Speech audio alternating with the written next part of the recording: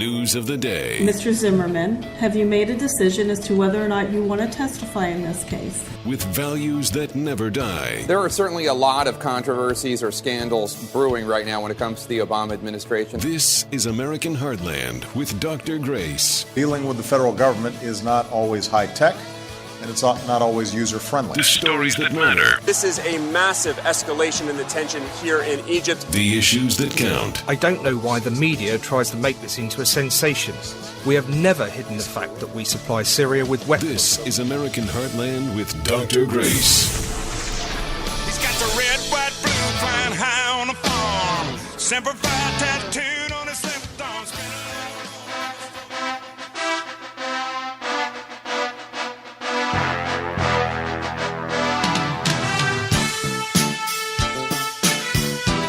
Welcome to American Heartland with Dr. Grace. I am the editor of politics and culture at worldtribune.com.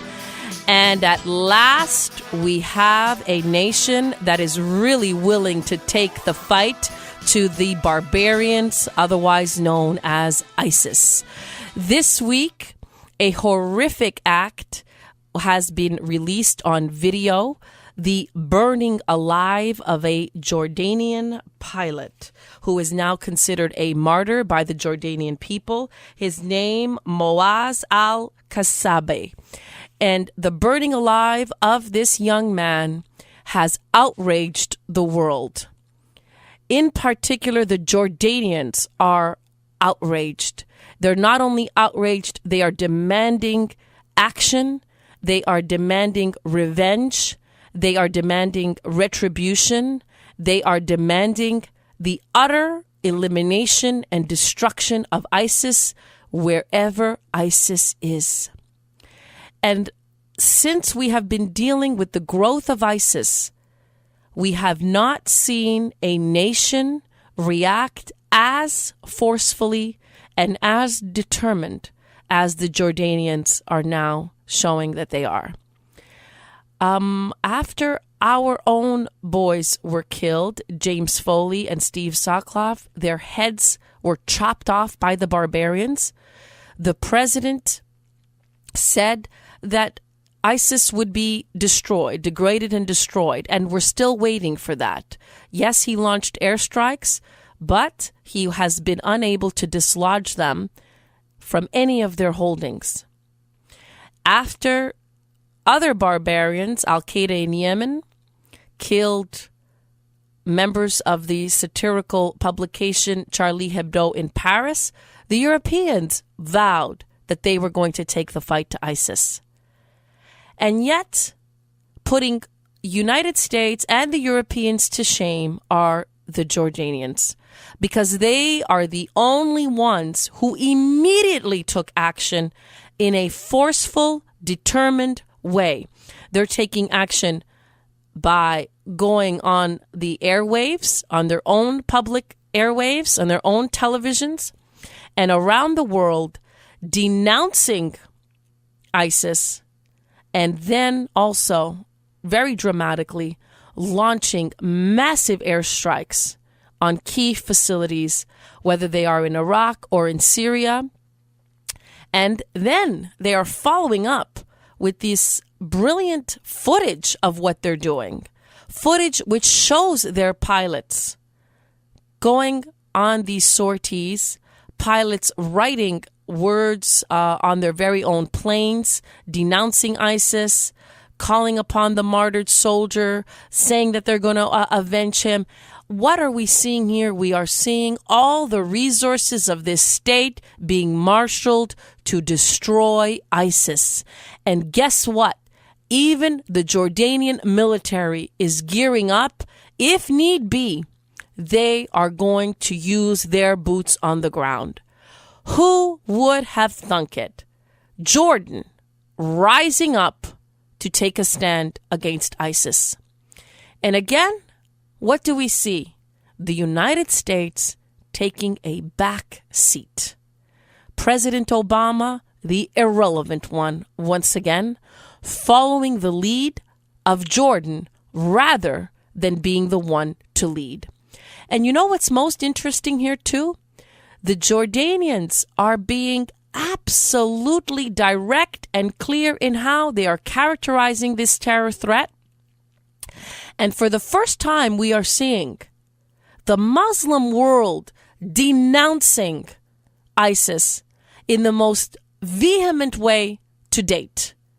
They are saying, this is not Islam. This doesn't represent Islam. We don't want to be identified by this. This is a blasphemy to the God of Islam. This is the first time we are really seeing what we in the West have been calling for. If Muslims truly do not want to be identified by these barbaric acts, so many of us have been saying, then take a stand against it. Denounce it. And there have been a few voices doing so, but none so forcefully as we are seeing now in reaction to the burning alive of this Jordanian soldier. Well, take a listen to the Jordanian foreign minister vowing to exact revenge, however, wherever, and for however long it takes. Well, as you know, it's difficult to divulge military plans and strategies on the air, but we are, like I said, going after them in every possible way, wherever they are. We will have to teach them a lesson. We have been teaching them a lesson.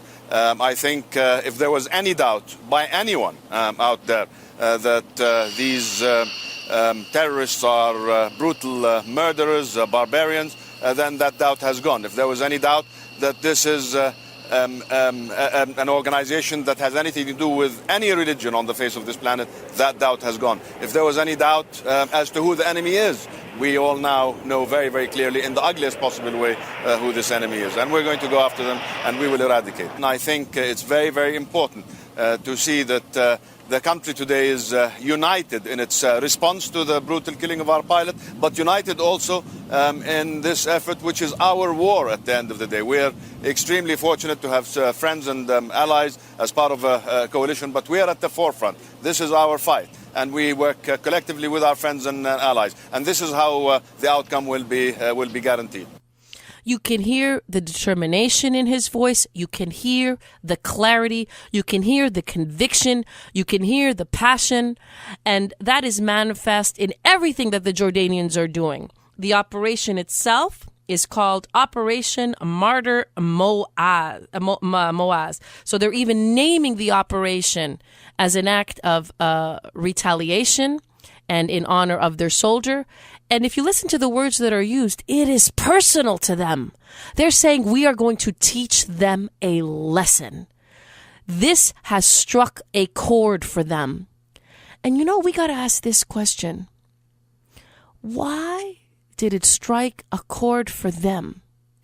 And yet the murder of our boys, Foley and Sokoloff, beheaded, and that's just as barbaric as being burned alive. That's just as medieval. That's just as deplorable. Why has it struck a chord for them, and yet not in the same way for this nation? Where were the protests in the street in the United States of America? Where is the united front in this country when it is our boys who are treated in a barbaric fashion? I can't believe I'm saying this, but the Jordanians are showing the way. They are modeling how to take the fight to ISIS. And they are modeling it not just by their military operation, but by the united front that we're seeing in a country that is far more polarized, far more divided than ours. That is how you prepare to fight for war. That is how you mobilize. That is how you show the enemy that you're coming. That is how you instill fear in the enemy. And you know what? That is eventually how you win. Lots of people are asking, is this a turning point in this battle against ISIS? It looks like it is a turning point. A turning point for the Muslim world and a turning point around the world. And when we write the history of what has happened here, we're going to have to ask the question, Why was it a turning point for this Jordanian soldier, and yet it wasn't a turning point for our boys? That's the question we're going to have to ask. We're going to have to ask it of the president and also of ourselves. Now, the president continues to equivocate, hem and haw. He tends to be the apologist for the Muslim world. He tends to be the apologist for Muslim ill deeds. And that didn't change. Even after this brutal killing of this Jordanian soldier, the administration was asked to comment specifically on Jordan's actions afterwards. They executed some terrorists who were standing on death row, including a woman that was a wannabe suicide bomber. She was captured by the Jordanians, and it was this woman that the ISIS was bargaining the life of the Jordanian soldier for. They were saying, we're going to release this Jordanian soldier in exchange for the woman. Well, you know what Jordan did after the release of the video? They realized that they had been played for utter fools. They realized that the Jordanian soldier had been killed weeks before. And they immediately executed the terrorists that were on death row in their nation. And our administration was asked, can you comment on this? And what did we do? What did Ed Henry do?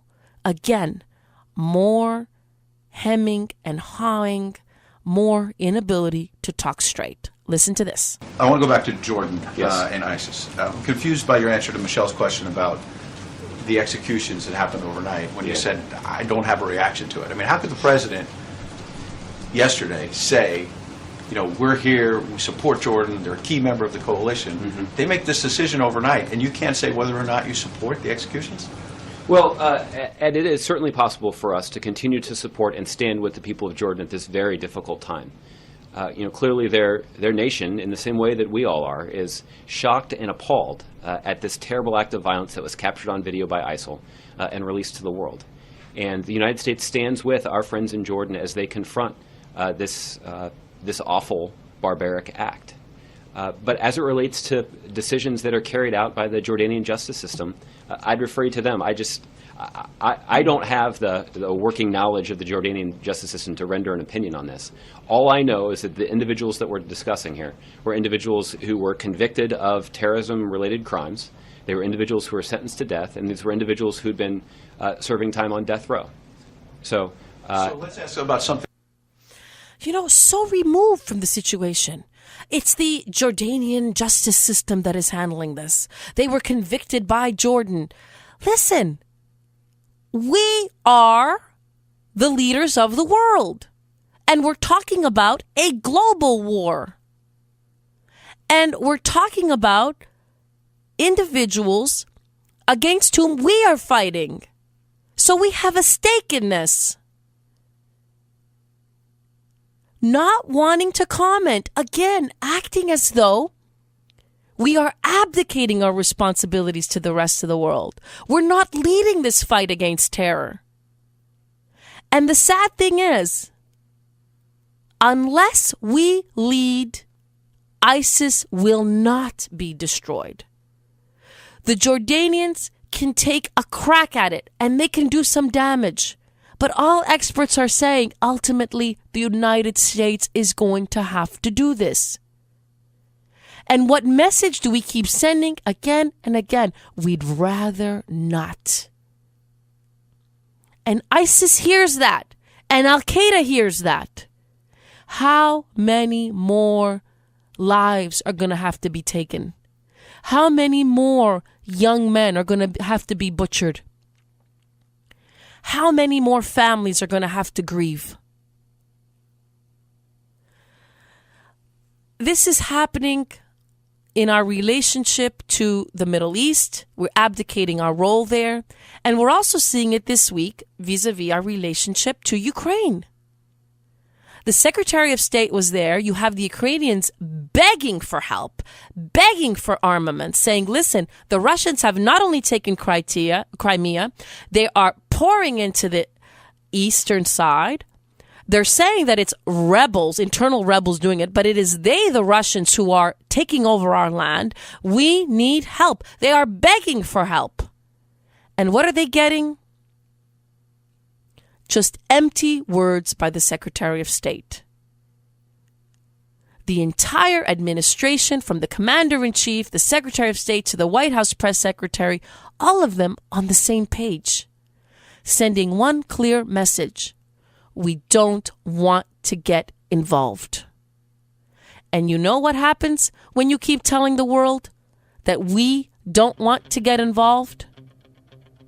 There are more killings, more deaths, more families grieving, more acts of barbarism. While we applaud this week the Jordanians for doing what every nation should do when one of their own is attacked, you take the fight to the enemy until the enemy is utterly destroyed.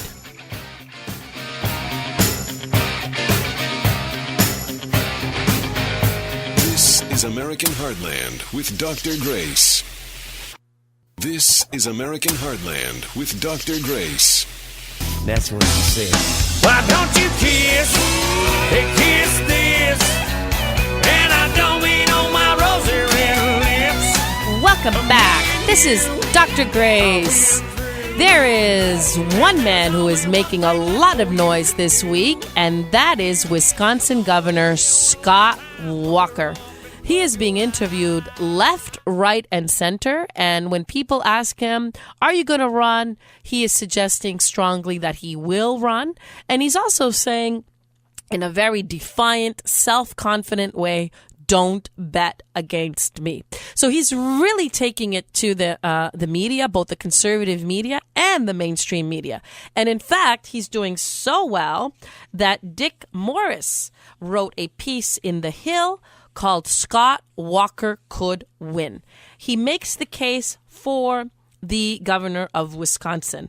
What's so great about him? Well, Morris says that Scott Walker is the only quote-unquote ambidextrous candidate in the Republican field. What does that mean? Well, it means that he's the only one that can appeal to the Tea Party wing of the party just as well as he can appeal to the Republican establishment. He says no other candidate can do that just as well. You have folks like Ted Cruz, Mike Huckabee, and Rick Santorum. They appeal very much to the Tea Party wing.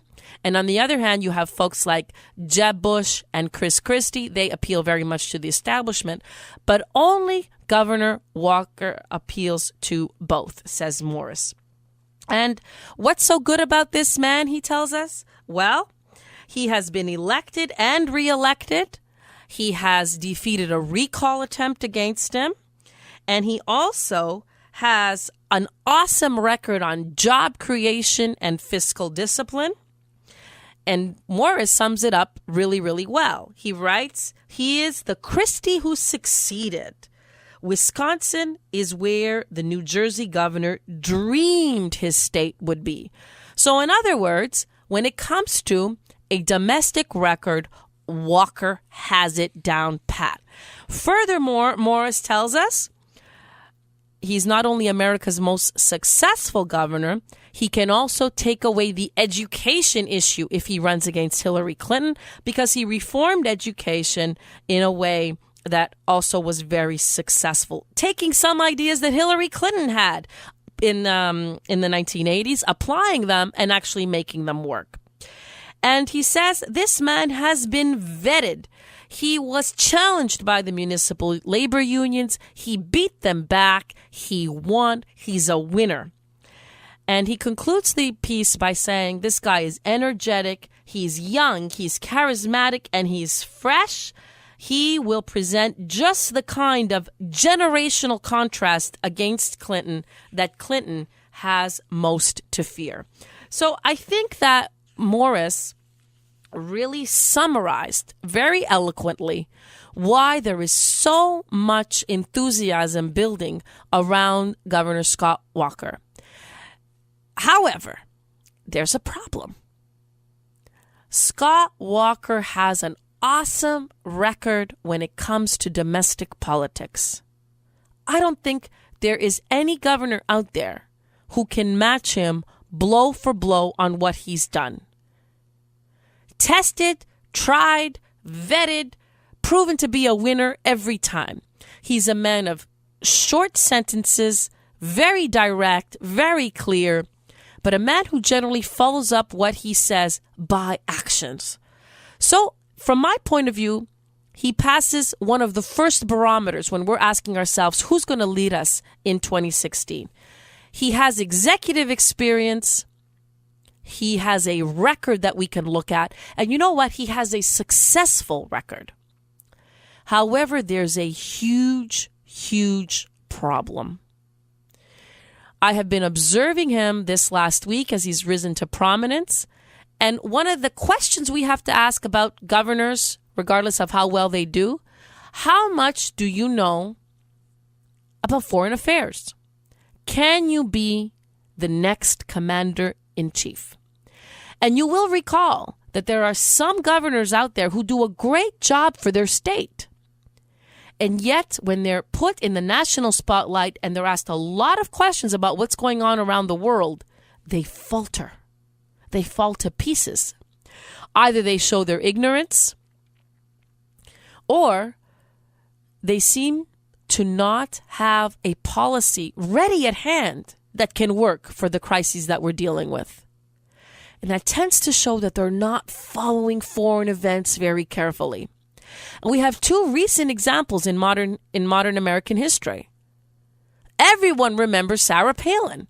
When she first came on the scene, her record as governor of Alaska was very strong. In fact, she had a popularity rating in Alaska that was in the 90s. Over 90% of the population supported her when she was touted as John McCain's vice presidential pick. And yet, when she was asked questions by the national media on foreign affairs, she stumbled. She seemed ill-prepared. She lacked knowledge. She lacked depth. So much so that a spoof was made of her on Saturday Night Live, where that famous phrase, "Oh, I can see Russia from my house." It was spoofing an interview she gave in which she tried to say that, yeah, she's got some kind of experience in foreign affairs because Alaska's not that far from Russia. Really a pretty preposterous statement for her to make. But in any case, her candidacy, her aura was shattered. And any prospect she had was destroyed. And we saw another candidate also who had a great record as a governor fall to pieces when the national spotlight was put on him when it came to foreign affairs. And that was the governor of Texas, Rick Perry. In the 2012 campaign, before he started debating, there was so much buzz around him. He was going to be the man that might win. And yet, when he was put in front of the microphones, so many times he seemed to have no depth whatsoever when it came to foreign affairs and even national domestic issues. Famously, in a debate, he faltered when asked which departments he would cut, and he couldn't remember, saying he just had a brain freeze, oops, and he looked like a fool. To the point that now he's trying to rehabilitate himself, and he's giving interviews saying that he wasn't well prepared and that he takes responsibility for that. So the question we're asking is Scott Walker ready to be commander-in-chief if he announces that he's going to run? We got a small sample on This Week. It's a show usually with George Stephanopoulos, but Martha Raddatz was hosting, and she knows foreign affairs very well. And she asked him questions about what he would do regarding Syria, and he could only provide very vague answers. Listen to this. Well, I think I go back to the red line. Let's not go back. Let's go forward. What's your big, bold idea? I think aggressively we need to take the fight to ISIS and any other radical Islamic terrorist in and around the world, because it's not a matter when they attempt an attack on American soil, or not if, I should say, it's when. And we need leadership that says clearly, not only amongst the United States, but amongst our allies, that we're willing to take appropriate action. I think it should be surgical. You don't think 2,000 airstrikes is taking it to ISIS in Syria and Iraq? I think we need to have an aggressive strategy anywhere around the world. I think it's a mistake. Well, what does that mean? I don't know what aggressive strategy means. If we're bombing and we've done 2,000 airstrikes, what does an aggressive strategy mean in foreign policy? I think anywhere and everywhere we have to go beyond just aggressive airstrikes. We have to look at other surgical methods. And ultimately, we have to be prepared to put boots on the ground if that's what it takes. Because I think, Boots on the ground in Syria? U.S. boots on the ground in Syria? I don't think that's an immediate plan, but I think anywhere in the world... You wouldn't rule that out? I wouldn't rule anything out. I think when you have the lives of Americans at stake and our freedom-loving allies anywhere in the world, we have to be prepared to do things that don't allow those measures, those attacks, those abuses to come to our shores. It's a very general response. From a point of view of somebody that in a few months might announce that he wants to be commander-in-chief, that is weak. That was a weak exchange. And the media is ripping him to pieces, even those on the right. There's a piece in Forbes magazine by Rick Ungar called Scott Walker Presidential Bid Self-Destructs on ABC's This Week. And he rips apart his answers on foreign affairs. Scott Walker's been saying, you know what? My campaign is going to be about big, bold ideas. And yet, when he's asked, well, what's your big, bold idea when it comes to ISIS? What are you going to do different? He could only talk in terms of generalities. We need, quote unquote, an aggressive strategy, he said. Well, right away, he should have been ready with a specific critique of the president's airstrikes. He should have said in a couple of quick sentences, what's the problem with the president's airstrike campaign? He doesn't seem to know. And he talked about we got to take the fight, quote unquote, anywhere and everywhere. I'm sorry, you can't talk like a C plus university student, anywhere and everywhere. That's too vague. When you're asked a question on the national media, you've got to be very specific and very ready. You've got to talk Yemen. You've got to talk Libya. You've got to talk Syria. You've got to talk Iraq. You've got to know what you're saying. What kind of strategy are you proposing? What specifically is wrong with what the president is doing, and what would you do different? You've got to be ready with that. And he said, very, very vague things like, we're going to have to use other, quote unquote, surgical methods. And then there's a disbelief by Martha Raddatz's point of view. You mean boots on the ground in Syria? And he kind of hesitated, and everybody could see the hesitation. You can't hesitate. You've got to know what you're going to do. And you have to have a vision if you do want boots on the ground in Syria and Iraq. And I'm one of those people calling for that. You've got to be able to say, what are you going to create with those boots on the ground? What's the end goal? What's the alternative to what exists? What are you going to do with those boots on the ground? In other words, Scott Walker, if you want to keep soaring, you're going to have to pick up your game on foreign policy. And I don't mean a little bit. I mean a lot. He's going to have to hit the books, hit him hard, and really get ready for prime time.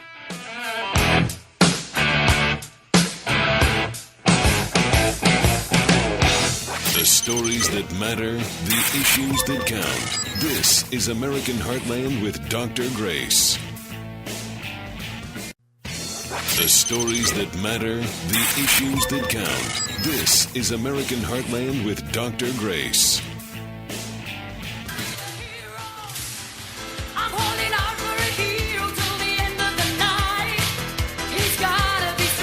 Welcome back to American Heartland with Dr. Grace.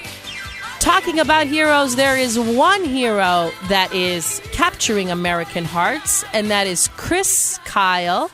He is otherwise known as the Legend. He's a deadly marksman who got 160 official kills working as a Navy SEAL in Iraq. He served 4 tours of duty.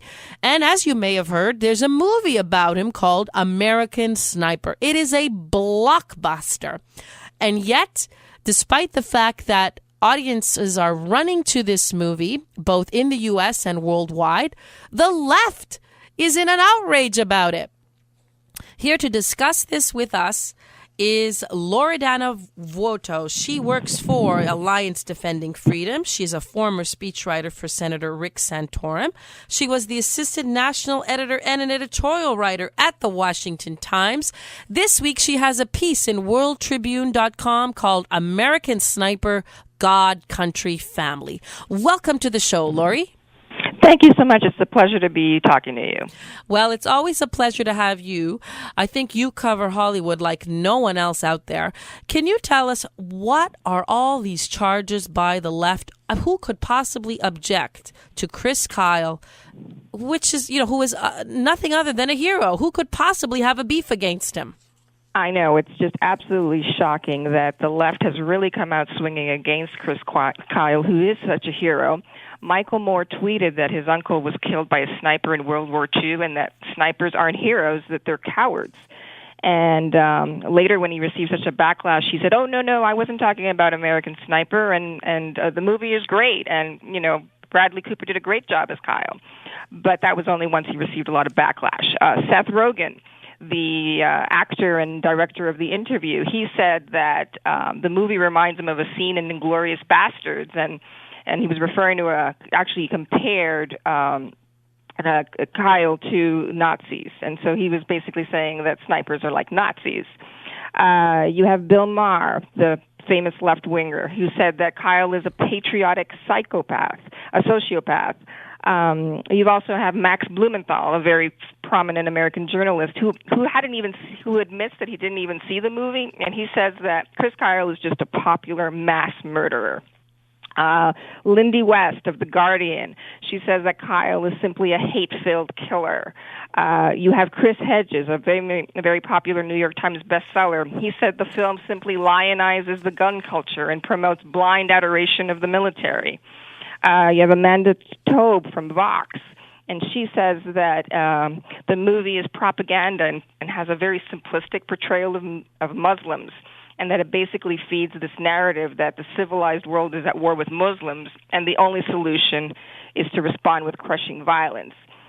So you have all these people that are just against this American hero who did so much for American freedom and to save so many American lives. So it's really, really shocking that all these people have come out against such an incredible hero who is considered the most lethal sniper in U.S. American history. You're right. And what's strange here, though, is that some of the critiques that you've just listed, when you said, for example, that one commentator writes that it's a blind adoration of the military, I don't think the movie is anything like that. I think it shows you how complicated it is to be part of the military community, how difficult it is, how many conflicting emotions. I don't think, for example, once you see this movie, you're thinking, I've got to rush and join the U.S. military. I think you realize it comes with a tremendous amount of sacrifice, and it's a very difficult life. That's exactly what actually Clint Eastwood, the director of the movie, he actually responded to all the critics who say that this movie is just excessively violent and celebrating war. And he said, no, this is one of the most anti-war movies ever, precisely because it shows the devastating effects that war has on soldiers and all the suffering they endure when they come back and how difficult it is to deal with post-traumatic stress disorder and just getting back acclimated to regular life. And it also shows the incredible suffering and strain that family members who have somebody serving in the military, what they undergo.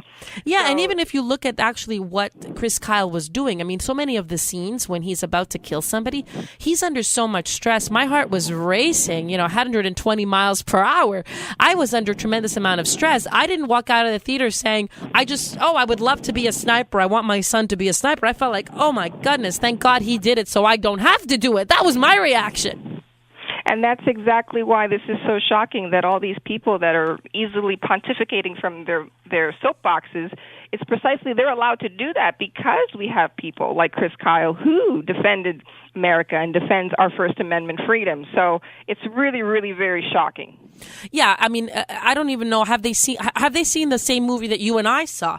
Even if you look at the other comment that you cited when you say that the movie presents a simplistic view of Muslims, I don't think so at all. There are some scenes where you see some very you see victims, you see Muslim victims, you see the Muslim victims who are being terrorized by the terrorists. I mean, do you know that scene where this one terrorist is about to drill a little boy and the father comes rushing out to save him, and then the father is also killed?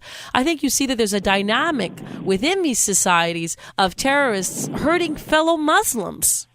Absolutely, and that's why it's so wrong that all these critics are saying that this movie is very simplistic or glorifying hatred of Muslims or glorifying war, because Eastwood does a remarkable job of showing you all the intricate complexities of being at war and the people even in Iraq, how they are suffering and also terrified for their own lives.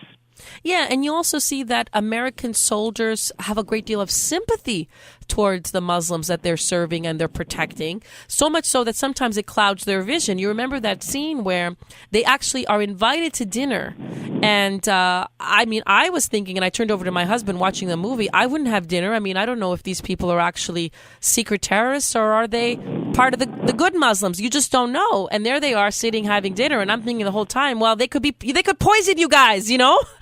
Absolutely. And you see that you see in this particular scene that the American soldiers are so willing to drop their guard in order to befriend fellow Muslims. So I don't think it shows them as all bad and all evil and all corrupt.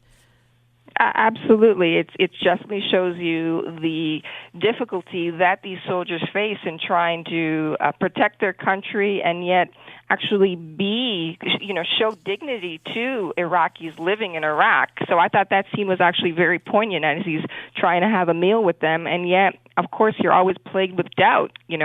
Is he going to try to kill me? Yeah, and then there's all those scenes where he's about to kill, let's say, a young boy.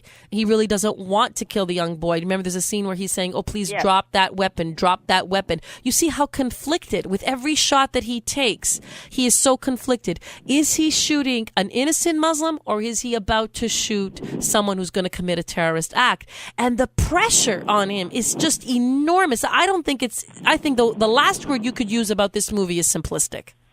I totally agree. I mean, you see how much Chris Kyle agonizes with each shot, and especially when it comes to children. I mean, he doesn't want to kill anybody. He really doesn't. He basically wants to make sure that nobody dies, and he's really caught in a very, very difficult situation. And I agree. I would not want to be a sniper. I mean, that is just the most difficult thing to do. And I think the movie also shows that when he comes home, he's under so much pressure from his wife, who feels that he's been MIA, he's been inadequate, he's not been there as a father, he's not been there as a husband, and even when he's present, he's always thinking about war, feeling guilty about war. It seems that Chris Kyle, the way he lived his service, it was nothing but one unending sacrifice, and to me it is just shocking that anybody would criticize this. I totally agree, and that's why we need to be so much more sympathetic to all our soldiers who come home and help them as much as we can to reintegrate into society. It is so difficult for them knowing that, war is still going on and potentially that their fellow comrades are also dying and that they're not there. They're constantly conflicted between their sense of duty and patriotism and also, being present for their family. But that seems so difficult when, you constantly have lived and you have flashbacks of being in a war zone and everything reminds you of war. So it's very, very challenging, and my heart bleeds for our military. Yes, and now, Laurie, in your research, have you seen pushback from other folks in Hollywood who are saying, well, wait a minute, these critiques are going just way too far, and we need to stand side by side, shoulder to shoulder with those who serve our country? Well, we have Gary Sinise, who's very pro-military, and Blake Shelton also came out criticizing how ridiculous it was for these people to be saying such things. Sarah Palin also, but she's not part of Hollywood, but she came out swinging also saying that she's very proud of American snipers. So you've had quite a few people come forward saying that this backlash is absolutely absurd and that we should be honoring our military.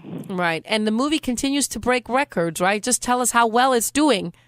Oh, it's incredible. So far, it currently has grossed more than $253 million in North America and over $320 million worldwide. It's currently the highest grossing war film in North America, and it had the highest opening weekend box office. It broke a record for that with $105 million, and it also had the highest grossing weekend record for January as a debut, and it also had the biggest single-day gross with $30.5 million. And they're also saying that the movie might surpass all the total sales of all the other Best Picture nominees for the Oscars by the time Oscar polls close on February 17th. So that is remarkable that its total sales would outdo the total of 7 other motion pictures. So that's absolutely astounding. Wow, that's astounding. What do you think accounts for not only its success in the U.S., but around the world? I just think that people gravitate to the incredible heroism of our military and the respect that they have and the respect they have for freedom. And they have a clear understanding of why we're fighting and why we go to war. And I think that the liberal media and the Obama administration has a hard time identifying evil for evil and saying that we are at war with radical Islam and that we need to fight. So I think that's why the entire world gravitates to this, because we understand, having seen so many terrorist attacks since September 11th, this growing threat of radical Islam. So I think and also just you see the incredible suffering and sacrifice that these soldiers go through. So I think that's another reason why it really resonates with viewers throughout the entire world. Well, thank you so much for being with us. You're listening to Loredana Vuoto. She works for the Alliance Defending Freedom. She has a piece at worldtribune.com called American Sniper, God, Country, and Family. And this piece really shows that the movie is at the heart of our culture wars. Chris Kyle is a legend, not just on the battlefield, but also in these culture wars in the United States. Thank you for being with us, and check out that piece.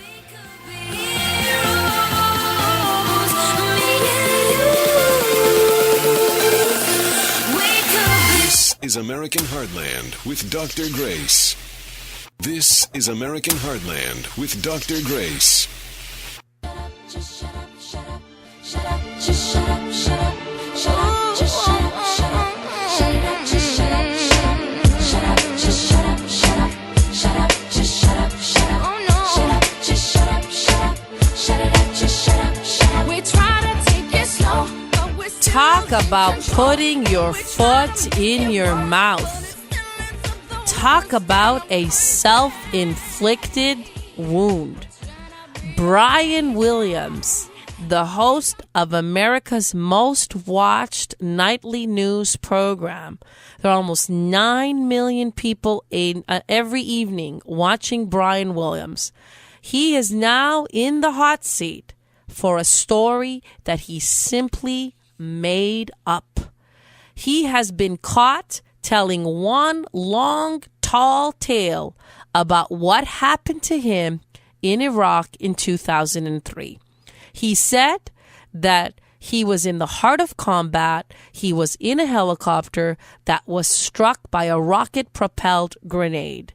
And recently, those who were there at the time have called him out on this lie that he has repeated many times since 2003.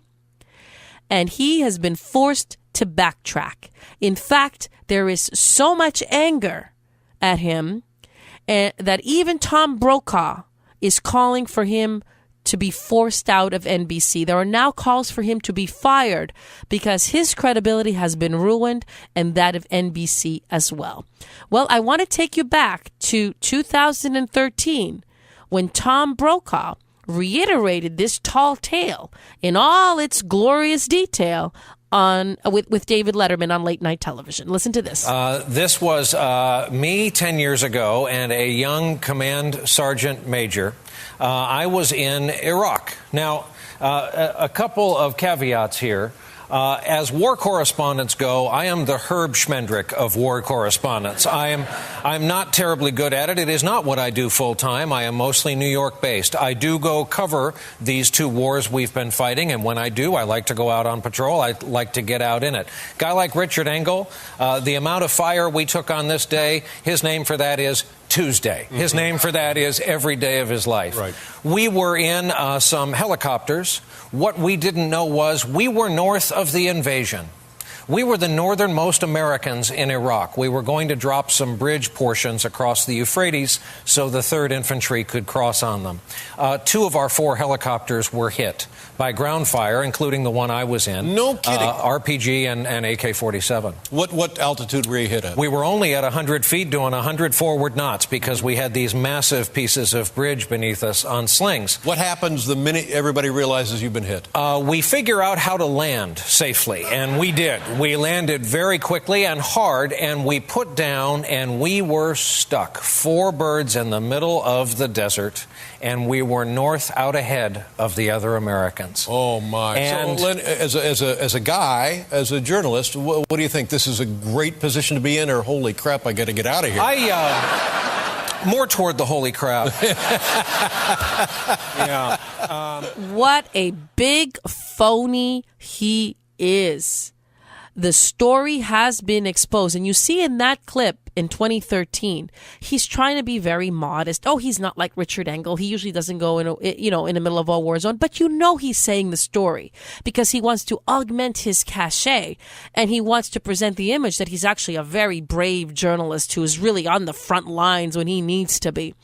He is a flat out liar.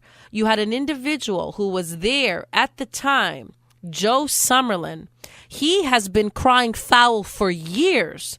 And in fact, after he heard that clip on Letterman, he said, quote, when he was on the air on the Letterman show, I was going crazy. I was thinking this guy is such a liar and everyone believes it. There has been an attempt to debunk this story by those who were there on the ground for years, and yet nobody listened. And finally, the drumbeat was so loud that Brian Williams has been forced to fess up to what he did. Listen to what he said. On this broadcast last week, in an effort to honor and thank a veteran who protected me and so many others after a ground fire incident in the desert during the Iraq War invasion, I made a mistake in recalling the events of 12 years ago. It did not take long to hear from some brave men and women in the air crews who were also in that desert. I want to apologize. I said I was traveling in an aircraft that was hit by RPG fire. I was instead in a following aircraft. We all landed after the ground fire incident and spent 2 harrowing nights in a sandstorm in the Iraq desert. This was a bungled attempt by me to thank one special veteran and, by extension, our brave military men and women, veterans everywhere, those who have served while I did not. I hope they know they have my greatest respect and also now my apology. Well, that is crocodile tears, sir. With his apology, says the New York Times, quote, Brian Williams digs himself deeper. That wasn't an apology. That was another set of lies. He wasn't in the helicopter that followed the one that was hit by the RPG. In fact, the latest reports are that he was on an entirely different mission in helicopters that came at least half an hour after that firefight and after the helicopter that was hit went down. So with his apology, here he is trying to apologize to restore his credibility. Instead, he smashes his credibility sky high. So much so that there are now reports pouring out questioning him in other situations. Did he lie during his coverage of Hurricane Katrina? He said at one point that he saw bodies floating on a river during his Hurricane Katrina coverage. And now that is becoming questioned. That's the problem when you're caught in a lie, especially if your trademark as a journalist is to tell the truth. Everything hangs on your credibility. That's what makes you rise as a journalist. When you lose your credibility, you have lost everything. And Brian Williams has put his foot in his mouth, not just with the initial lie, but having repeated that lie throughout the years, having aggrandized it, and then in an apology that contains another lie. Listen to me, Mr. Williams. When you are sinking, I strongly recommend that you just shut up. Well, let's take it to the mailbag. Lots of mail pouring in for last week's show.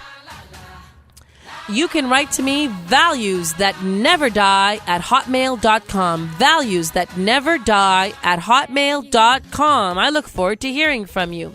We have a letter by Susie from Evansville, Indiana. She writes, Dr. Grace, I agree with you that Mitt Romney's decision to not run for president is best for the GOP. Hopefully, candidates with true conservative values will emerge.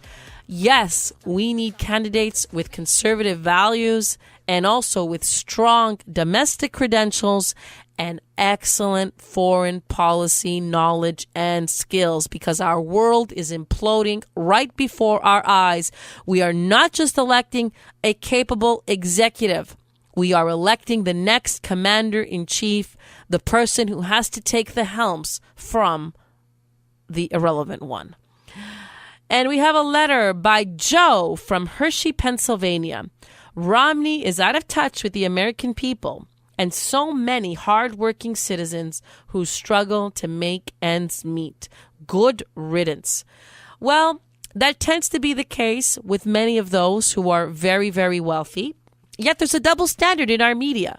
You can be very wealthy and be on the side of the Democrats, and that's okay. But when you're very wealthy and you're a Republican, suddenly that's a problem.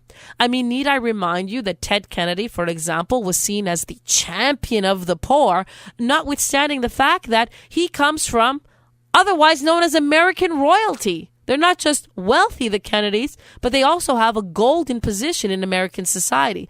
So there's definitely a double standard in how we deal with a candidate's wealth. The problem with Romney, as I'm seeing now, the problem with Jeb Bush, is not only they come from a well-established, wealthy family. The problem is they're unable to articulate how conservative policies benefit every segment of the American economy, how they're also essential to the poor, to every single group that is working out there. That is the challenge that the next Republican candidate faces.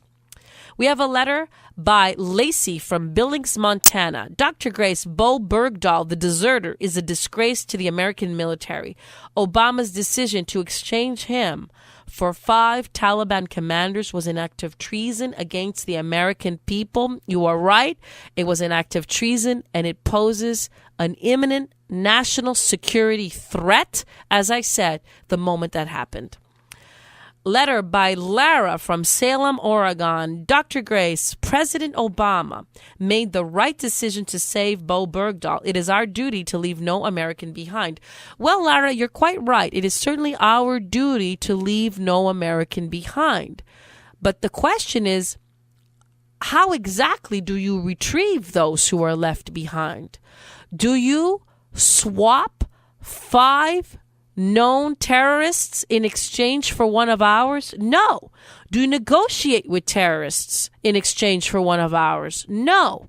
We've got to protect our boys, but we also have to honor the sacrifices made by those who gave their lives to bring these 5 Taliban, for example, to justice, to bring them to Guantanamo. What about those boys? Their sacrifices have to be honored and respected as well. And the president didn't do that. He didn't respect the sacrifice of those boys. And he swapped 5 killers in exchange for one of our own. That's where the problem lies. So yes, we have to make every effort to retrieve our boys, but never at the expense of our national security or the sacrifice of those who gave their all to bring terrorists to justice. And finally, we have a letter by Ricky from Tulsa, Oklahoma. Bill Clinton never misses an opportunity to promote himself and Hillary, even if it means pimping his own grandchild. That's a reference to last week's Just Shut Up segment when I spoofed Bill Clinton for saying that he is even willing to change his granddaughter's diaper, his granddaughter Charlotte. And we see Bill Clinton pimping his little grandchild, as you rightly said, in order to make himself and his wife seem oh so sympathetic. Well, it's not working because we all know when it comes to little girls of any age, we want Mr. Clinton's paws as far away from them as we possibly can. Thank you for those letters. Please continue to let them pour in. valuesthatneverdie at hotmail.com. Thanks for listening. You've been hearing Dr. Grace, the editor of Politics and Culture at worldtribune.com. And every week we uphold values that are never, ever going to die. I was born by God's dear grace in an extraordinary place. The stories that matter, the issues that count. This is American Heartland with Dr. Grace.